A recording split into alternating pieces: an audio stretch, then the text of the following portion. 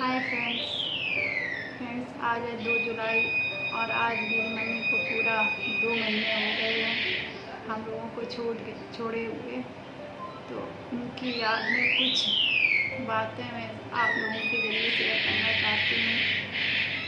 शायद ऐसा करने से मेरा कुछ मन हल्का हो जाए, क्योंकि 2 महीने हो गए हैं मम्मी को गए हुए, लेकिन अभी भी मैं अपने आप को संभाल नहीं पा रही हूँ।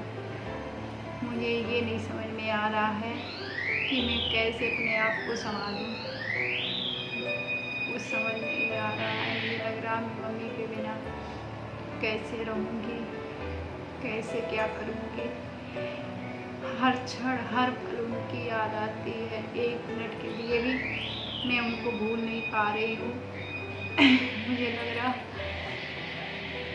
शायद ये सब चीज़ मुझे पहले नहीं महसूस होती थी जब मम्मी हम लोगों के साथ थी। उनके जाने के बाद ये चीज़ आज मुझे महसूस हो रही है कि मम्मी मेरे लिए क्या थी, मेरी लाइफ में मम्मी की जगह क्या थी। शायद इस चीज़ को मैं भी नहीं जानती थी।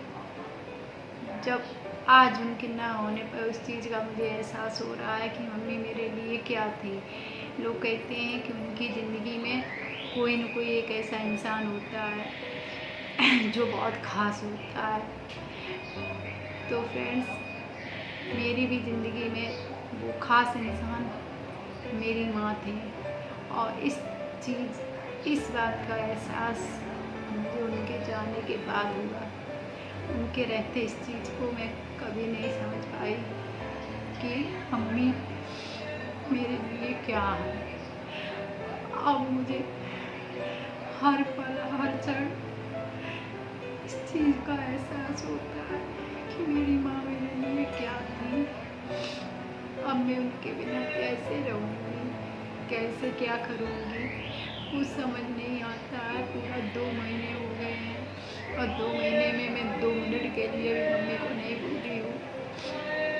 मुझे नहीं लग रहा कि मैं क्या करूँ, कैसे रहूँ, कैसे आगे मेरी ज़िंदगी कटेगी, कैसे मैं कुछ काम करूँ, क्योंकि मम्मी के बिना तो है ना लग रहा है मेरा जीना ही नहीं है, मेरा मतलब जीवन कुछ नहीं है। क्योंकि मम्मी मेरा चाहे सुख का समय हो चाहे दुख का समय हो, कोई हो ना हो, लेकिन मम्मी मेरे साथ हर समय खड़ी रही ढाल बन के।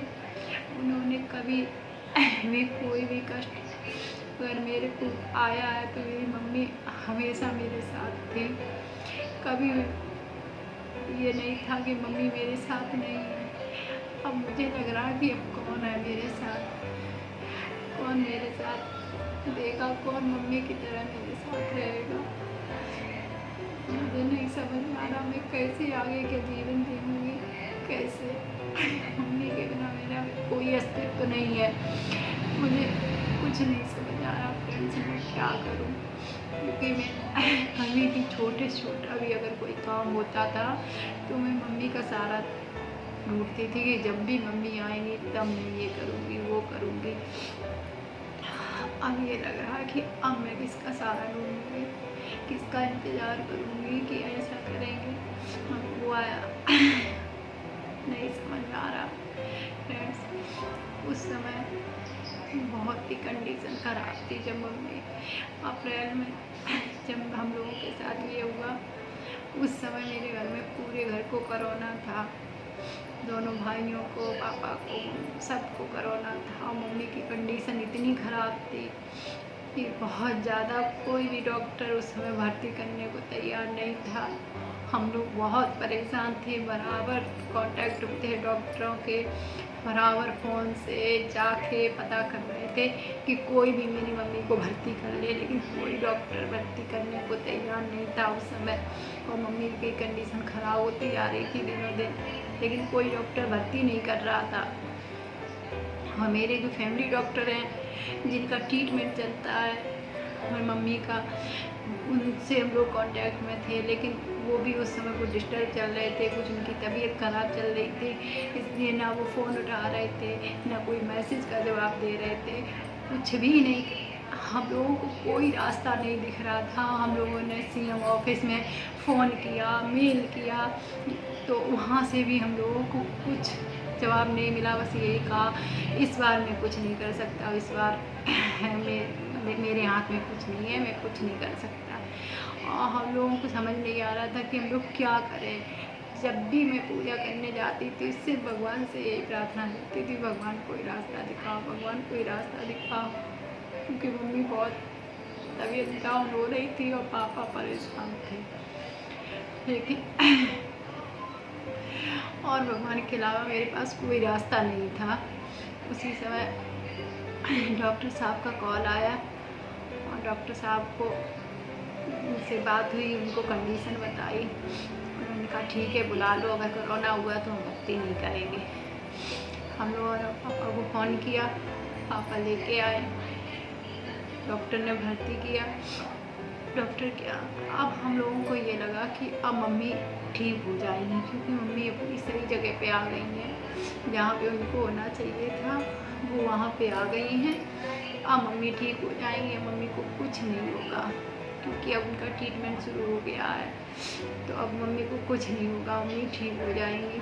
बस हम लोग यही थे कि अब ठीक हो जाएंगी। लेकिन हम लोगों को यकीन ही नहीं था कि कुछ ऐसा भी हो जाएगा कि 2 मई को रात 10:30 बजे के करीब पापा का फ़ोन आया और पापा ने बताया कि ऐसा ऐसा डॉक्टर ने कहा है। तो हम लोग विश्वास नहीं हो रहा था कि कुछ ऐसा हो जाएगा या ऐसा हो गया है। हम लोग अपने को नहीं समझा पा रहे थे, बल्कि आज भी इस चीज़ को नहीं मान पा रहे हैं कि ऐसा कुछ हो गया है। हमें लग रहा नहीं, अभी भी मेरी मम्मी है, आएंगी जब भी हम बुलाएंगे। सॉरी।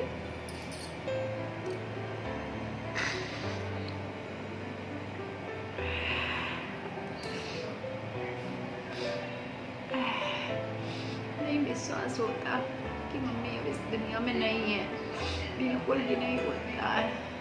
लगता मम्मी मेरे आसपास है, महसूस होता है कि मम्मी है मेरी। लेकिन जब ये सुना तो बड़ा बहुत ही अपने को संभाला, लेकिन फिर भी नहीं संभाल पा रही हूँ। इसलिए आज सोचा शायद मैं आप लोगों से अपने दिल की बात शेयर करूं तो मेरा मन कुछ हल्का हो कुछ। इसीलिए मैंने आज आपसे अपने मन की बात शेयर की।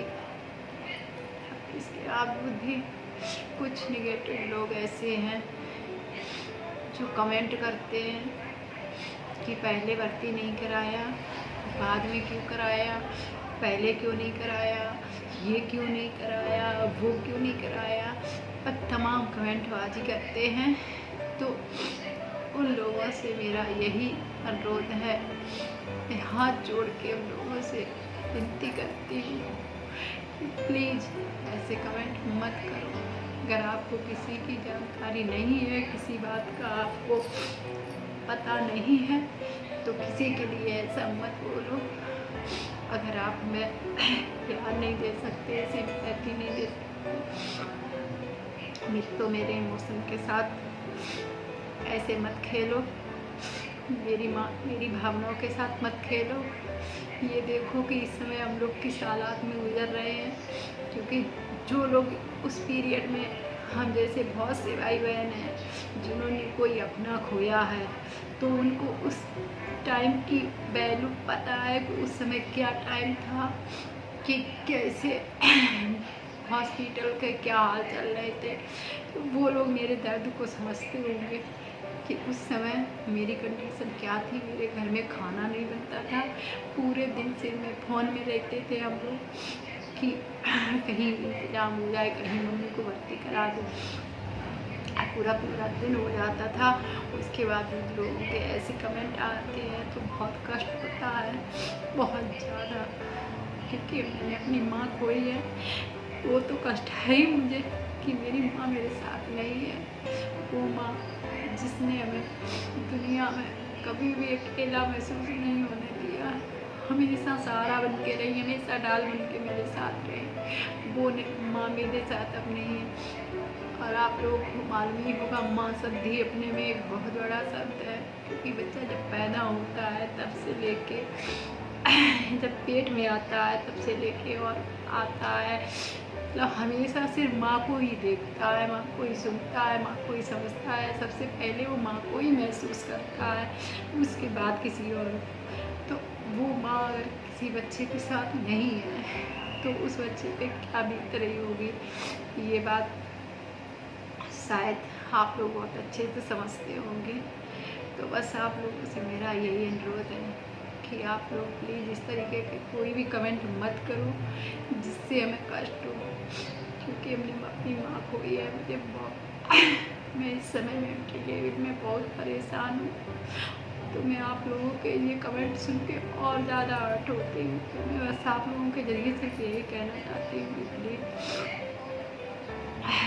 इस तरीके की बात ना करें। और भगवान से बस मेरी यही प्रार्थना है कि भगवान मेरे जैसी माँ आप हर बच्चे को देना। जो मेरी माँ थी उन्होंने अपनी पूरा जीवन अपने बच्चों के लिए ही दिया है, पूरा संघर्ष में उन्होंने अपना जीवन निकाला। जो कुछ भी हमेशा उन्होंने बच्चों के लिए किया है। तो भगवान ऐसी माँ हर बच्चे को दे। और भगवान से मेरी यही प्रार्थना है कि मेरी माँ को जो इस जन्म में नहीं मिला वो हर चीज़ मेरी माँ को दे। मेरी माँ को कभी कोई कष्ट ना हो, हर सुख उनको दे जो इस जीवन में नहीं जी पाएंगे। वो हर क्षण उनको दे, हर सुख सुविधा उनको दे अगले जन्म में। बस भगवान से यही मेरी प्रार्थना है और कुछ नहीं। बाकी अगर मुझसे कुछ गलत बोल दिया हो मैंने तो मैं आप लोगों से हाथ जोड़ के माफ़ी मांगती हूँ। अगर कुछ गलत कहा हो तो बस इतना ही कहना चाहती हूँ। इससे आगे मेरे पास शब्द नहीं है कुछ बोलने के लिए। Thank you.